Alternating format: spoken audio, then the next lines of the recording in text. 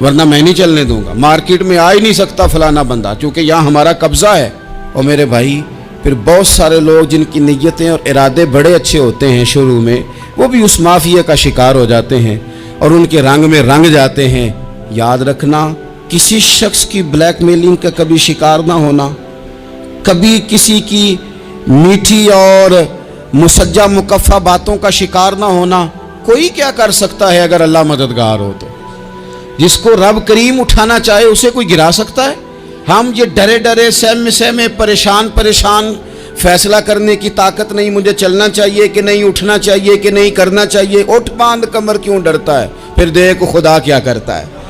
اپنی زندگی میں اپنے مالک کو مولا جان کے، بل اللہ مولاکم، اللہ تمہارا مولا ہے، وَهُوَ خَيْرُ النَّاصِرِينَ، وہ بہترین مددگار ہے۔ توجہ جب بھی کریں رب کی جانب کریں، اپنے دل کا قبلہ درست رکھیں، سوچوں کے زاویے سیدھے رکھیں۔ میرے بھائی مالک جب بندوبست کر دے نا، جب مالک بندوبست کر دے، پھر ایسا بندوبست کرتا ہے کہ لوگوں کے پاس نا چارہ نہیں رہتا۔ حضرت مریم رضی اللہ تعالی عنہا پاک باز تھیں، مسجد میں رہی تھیں، پر مالک کی حکمت کے تقاضے بڑے عجیب ہیں نا۔ پھر جناب مریم کو اللہ تعالیٰ نے بغیر شوہر کے اولاد عطا کر دی۔ یہ بات ہی ایسی تھی، وہ کسی نے کہا تھا کہ مخلوق تو فنکار ہے اس درجہ کے پل بھر میں سنگے در کعبہ سے بھی اصنام تراشے، تم کون ہو کیا چیز ہے داغ کبابی، لوگوں نے تو مریم پہ بھی الزام تراشے۔ تو لوگوں نے کہا کدھر سے لے آئی بچہ، تیرا باپ تو ایسا نہیں تھا، کہاں سے لے آئی؟ اللہ کرے میں آپ کو سمجھا سکوں، ذرا اپنے آپ کو وہاں کھڑا کریں کہ ایک پاک باز عورت، پاک باپ کی بیٹی، طیب ماں کی بیٹی، اور اللہ کے گھر میں پرورش پانے والی خاتون، ایک وہ وقت اور ایک یہ وقت کہ اس عورت کو کٹہرے میں کھڑا کر کے پوچھا جا رہا ہے کہ معاذ اللہ تیری گود میں بچہ جائز نہیں ہے، کہاں سے لائی ہے؟ اب خود سے صفائیاں بندہ کتنی کو دے، کتنی کو وضاحتیں کرے۔ اور میں نے تو اپنی زندگی میں دیکھا ہے زیادہ وضاحت دینے والے کو بھی لوگ جھوٹا سمجھنے لگ جاتے ہیں، زیادہ وضاحت دینے پر بھی لوگ کمزوری کا اظہار سمجھتے ہیں کہ کمزور پڑ گیا۔ آپ صلح کی کوشش کرتے ہیں، سامنے والا بزدل سمجھ لیتا ہے، زیادہ وضاحتیں بھی کمزور کر دیتی ہیں۔ اب حضرت مریم کو کٹہرے میں کھڑا کر کے کہا بچہ کس کا ہے؟ تو پھر خدا بندوبست جب کرے، اللہ جب مددگار ہو، تو پھر حضرت مریم کی گواہی درختوں سے نہیں دلوائی، اس نے پتوں سے نہیں دلوائی، پھر فرشتے نہیں بھیجے۔ حضرت مریم کہنے لگی مجھ سے نہ پوچھو، وہ جو پنگوڑے میں ہے اسی سے پوچھ لو، ان سے پوچھو نا، وہ کون ہے پوچھ لو، ان سے کر لو سوال۔ انہوں نے کہا پنگوڑے میں چند دنوں کا بچہ یہ جواب دے گا؟ مددگار تھا رب، ان کی برات کا اعلان کرنا تھا مالک نے، اور جب مالک اعلان کر دے، جب مالک تیری صفائی دینا چاہے، جب مالک تجھے دنیا کے سامنے نکھارنا چاہے، تو پنگوڑے میں لیٹے حضرت عیسیٰ بول کے کہنے لگے انی عبداللہ آتانی الکتاب، فرمایا میں اللہ کا بندہ ہوں، رب نے مجھے کتاب عطا کر کے نبی بنا کے دنیا میں بھیجا ہے، میں اللہ کا بندہ ہوں، کتاب لے کے آیا ہوں، نبی بن کے آیا ہوں۔ پھر پنگوڑے سے اعلان ہو گیا، پھر بچہ بول پڑا۔ اور یہ ایک دفعہ نہیں بات ہوئی، یہ بنی اسرائیل میں ایک جریج نام کے شخص بھی تھے جو نماز پڑھ رہے تھے، بعض نے لکھا ہے نفل نماز تھی، اماں نے پکارا تو آئے نہیں، تو ماں کے منہ سے نکل گیا تو اتنی دیر تک مرے گا نہیں جب تک کسی بے حیا عورت کا منہ نہ دیکھ لے۔ تو وہ عبادت گزار تھے، لیکن لوگوں نے ان کی عبادت، ریاضت، پرہیزگاری کو نہیں دیکھا، بس ایک عورت کو بھیج کے الزام لگوا دیا۔ وہ عورت آیا جایا کرتی تھی، اب آ جاتی ہیں عورتیں، مسئلہ پوچھنے کی نیت سے بھی آ جاتی ہیں۔ ماحول میں کچھ جگہ ایسی بھی ہیں جہاں عورتیں دم کرانے کے بہانے آ جاتی ہیں۔